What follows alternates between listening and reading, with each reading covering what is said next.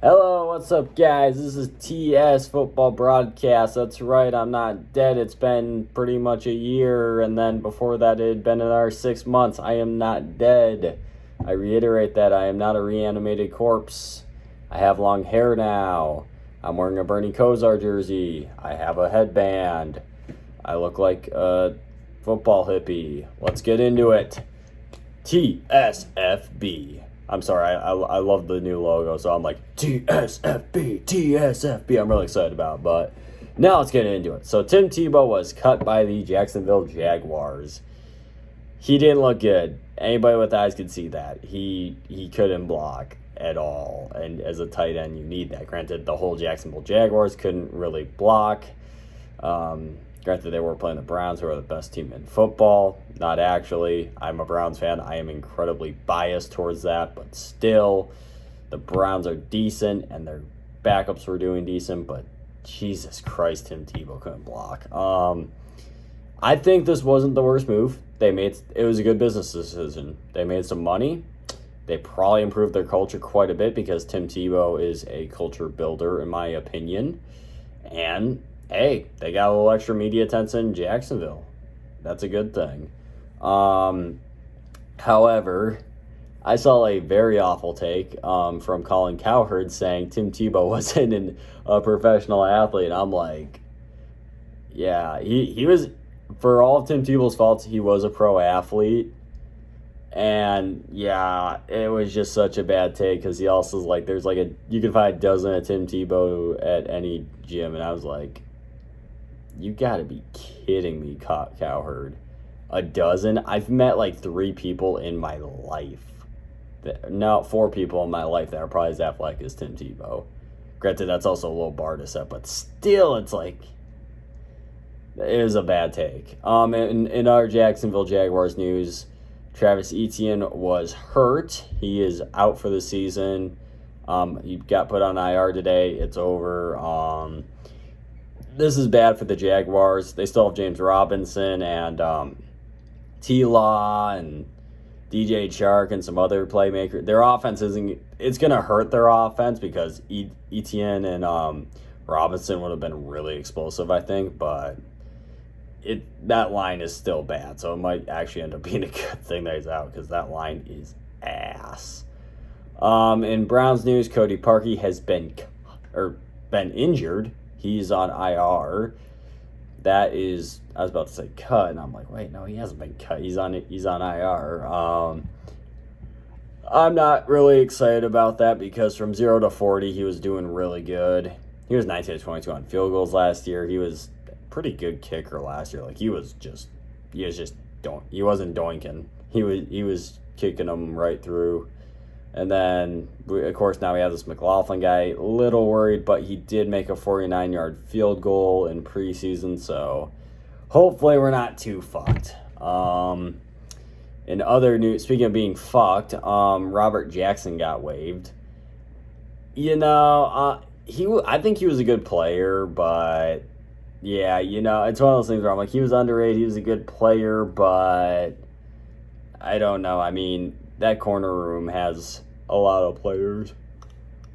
I mean, you pretty much had 4 roster spots locked already. I mean, you're not going to cut Greg Newsome. You're probably not going to cut Greedy Williams. You're not going to cut Denzel Ward. You're not going to cut Troy Hill. I mean, the corner room was going to be a tight room anyway. So I was like, yeah, it sucks, but at the same time, we probably have better players in there.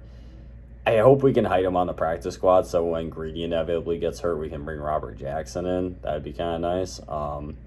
We'll see. I'm hoping so, though. That would be really awesome. Robbie Anderson signed a 2-year, $29 million extension with the Panthers. This is good for Sam Darnold because they have a good relationship and they look good on the field together.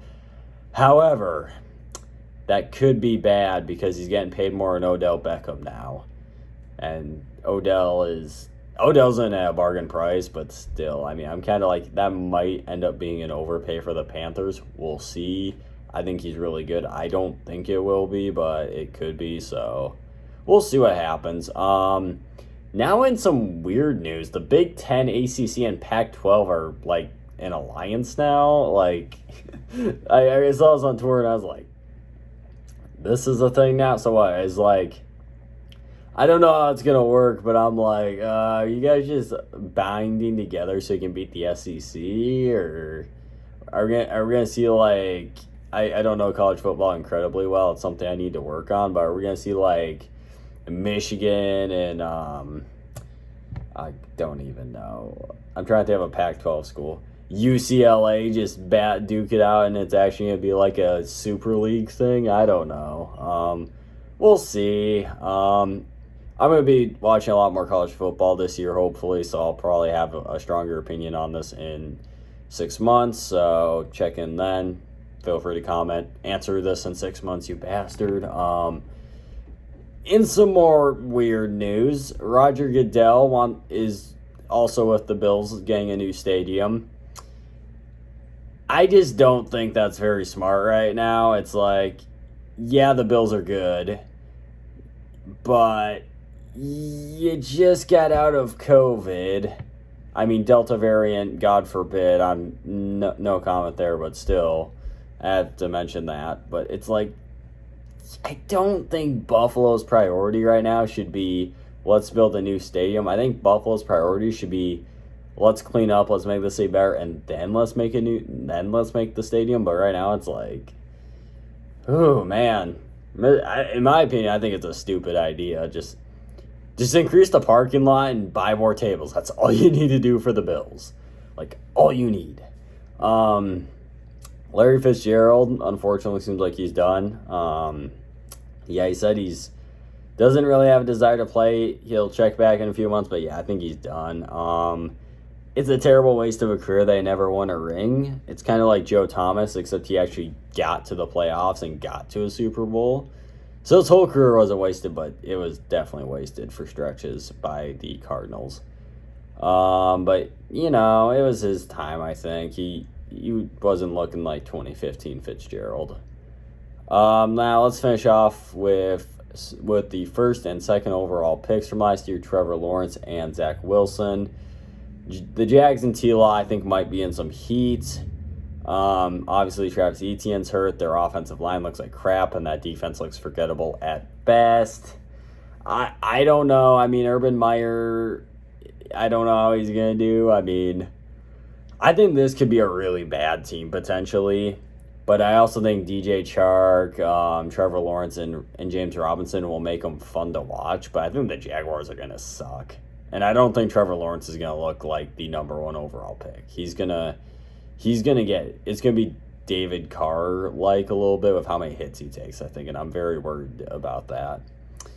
I think that Jags are still a bad team. We'll see. Maybe in 2 to 3 years they could be really good, though. That's the caveat. They are really bad now, but they're going to be a better team in 2 to 3 years if Urban Meyer is a good coach and Trevor Lawrence is the answer and yada.